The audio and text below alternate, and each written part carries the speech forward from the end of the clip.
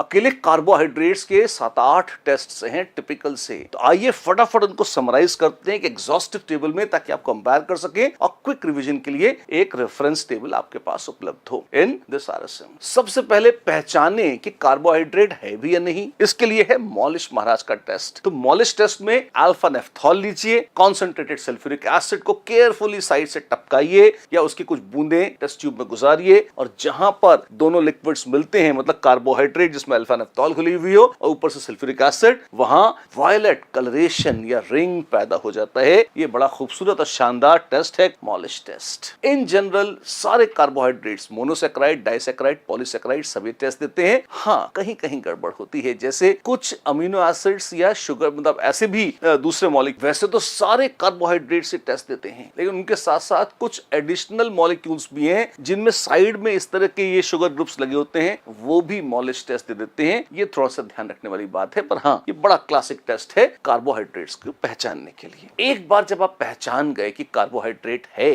अब आपको बड़ी इच्छा होती है कि हम डिस्टिंग्विश करें कि ये अल्डोज है या कीटोज। अल्डोज को रिड्यूसिंग शुगर्स कहा जाता है और कीटोजेस टिपिकली रिड्यूसिंग शुगर्स नहीं होते। तो उसके लिए 3 टेस्ट हैं, एक बेनेडिक्ट सॉल्यूशन टेस्ट, दूसरा फेलिंग सॉल्यूशन टेस्ट और तीसरा बारफर्ट्स टेस्ट।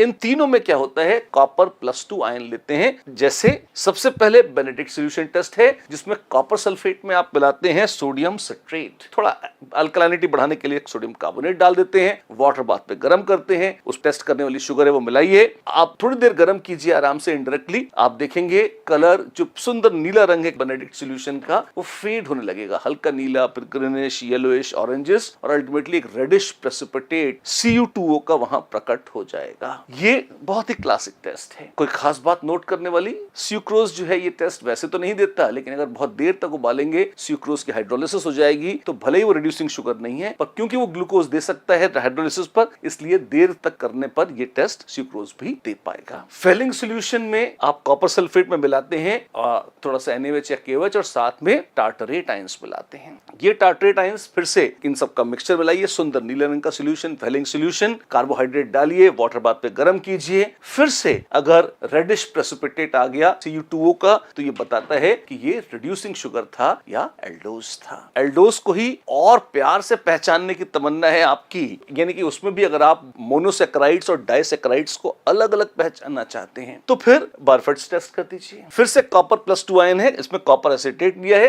एसिटिक एसिड में घोला है उसे, और इसको आप इसमें वो जो भी आपके पास कार्बोहाइड्रेट डालिए, वार्म कीजिए। अगर फटाफट 2-3 मिनट में रेडिश प्रेसिपिटेट आ जाए CU2O का, तो इसका मतलब है मोनोसैकेराइड था, जैसे ग्लूकोज। और अगर लंबा समय लगे 8-10 मिनट, 20 मिनट, तो भी रोते पीटते हो जाता है, तो इसका मतलब फिर डाइसैकेराइड्स हैं। तो this is reminiscent of Lucas test for primary secondary alcohols, मिलते जुलते ही उसी टाइप का ही है। कंसेप्ट वैसे है कि प्रेसिपिटेट वही आ रहा है CU2O, मोनोसैकेराइड्स में भी और डाइसैकेराइड्स में भी, लेकिन फर्क किस बात का है, टाइम का। जल्दी आ गया 2-3 मिनट में तो मोनोसैकेराइड है, और टाइम लगा 5-6 मिनट से ज्यादा लगे तो ये डाइसैकेराइड है। तो 3 टेस्ट रिड्यूसिंग शुगर्स के, और जब रिड्यूसिंग शुगर्स के 3 टेस्ट कर लिए, तो नॉन रिड्यूसिंग बड़ा बुरा मान जाती है, कहती है हमारा कोई टेस्ट नहीं कर रहा। तो फिर आते हैं सेलिवनॉफ महाराज, वो कहते हैं मैं करूंगा तुम्हारा टेस्ट, रिसोर्सिनॉल लाओ, HCl लाओ, कंसंट्रेटेड और कार्बोहाइड्रेट में मिला के हल्का सा वाटर बाथ पे गर्म कर दो, सुंदर लाल रंग आता है तो कीटोज है। और अगर एल्डोज हुआ तो कुछ कलर आता ही नहीं है, और ये आता भी है तो बहुत देर में रो पीट के पिंकिश कलर आ जाता है। तो ये था आपका Seliwanoff test. Reagent resorcinol, concentrated HCl plus carbohydrate of course, और यहां पर कीटोज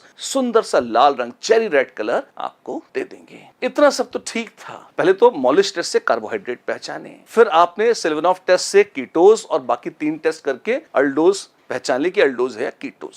यही नहीं, आपने बारफर्ट्स टेस्ट से ये भी पहचान लिया कि मोनोसैकेराइड है या डाइसैकेराइड। अब मोनोसैकेराइड्स में और आपको बाइफर्गेशन करना है कि भाई पेंटोज है या हेक्सोज, क्या ये चेक कर सकते हैं। कैसे? इसके लिए बायल महाराज है। बायल्स टेस्ट क्या है, इस बार रिसोर्सिनॉल नहीं, आप ऑर्सिनॉल लें। ऑर्सिनॉल में FeCl3 मिलाएं, HCl मिलाएं, और इसको वाटर बाथ पे प्यार से धीरे से गर्म करें। और जैसे ही वाटर बाथ पे गर्म करेंगे, अगर खूबसूरत ब्लूइश ग्रीन कलर, ब्लूइश या ग्रीनिश या ब्लूइश ग्रीन कलर आ जाए, इसका मतलब है पेंटोज था। अगर हेक्सोज हुआ तो आपको एक मडी ब्राउनिश प्रेसिपिटेट मिलना शुरू हो जाएगा, जो बहुत अलग है पेंटोज से। तो पेंटोजेस और हेक्सोजेस को डिस्टिंग्विश करने का बेहतरीन टेस्ट है बायल्स टेस्ट। लेकिन फिर आपको तमन्ना हो जाए कि नहीं मैं तो पहचानूंगा एग्जैक्टली कौन सा शुगर है, कि वो माल्टोज है या ग्लूकोज है, गैलेक्टोज है, क्या है। उसके लिए बड़ा सेंसिटिव टेस्ट है ओसाजोन टेस्ट। फिनाइल हाइड्रोजीन लीजिए, सोडियम एसिटेट एसिटिक एसिड का बफर लीजिए और उसको वार्म कीजिए। मन में रखिए कि आधा पौन घंटा लगेगा। अब ये भी नोट करिए कि येलोइश क्रिस्टल्स जो मिलेंगे, एक ओसाजोन नाम का इसमें प्रोडक्ट मिलता है, येलो क्रिस्टल्स मिलते हैं उसके, तो ये क्रिस्टल्स कितने टाइम बाद, घड़ी रखिए स्टॉप वॉच, कब मिल रहे हैं, टाइमिंग, और जो क्रिस्टल्स मिले उनको माइक्रोस्कोप में देखिए, उसका शेप देखिए, किस शेप के क्रिस्टल्स हैं, क्योंकि अलग अलग मॉलिक्यूल्स अलग अलग आकार के क्रिस्टल्स बनाते हैं। आपके पास बुक में स्टैंडर्ड जो आपकी प्रैक्टिकल बुक है उसमें अलग अलग शेप्स पहले से ही प्रिंटेड होते हैं कि अगर ऐसे क्रिस्टल्स दिख रहे हैं तो गैलेक्टोज है, ऐसे दिख रहे हैं तो मैनोज है। इस तरह से मैच कराइए, टाइमिंग मैच कराइए, शेप ऑफ क्रिस्टल्स माइक्रोस्कोप में देख के मैच कराइए, और आप बिल्कुल आइडेंटिफाई कर सकते हैं कि एग्जैक्टली वो कौन सा शुगर था जिसने ये टेस्ट दिया है। ओसाजोन टेस्ट एग्जैक्ट शुगर के मॉलिक्यूल को पहचानने के लिए बेहतरीन टेस्ट है। ये समरी है सारे के सारे कार्बोहाइड्रेट्स के 8 टेस्टों की जो मैंने यहां प्रस्तुत करी है आपके लिए।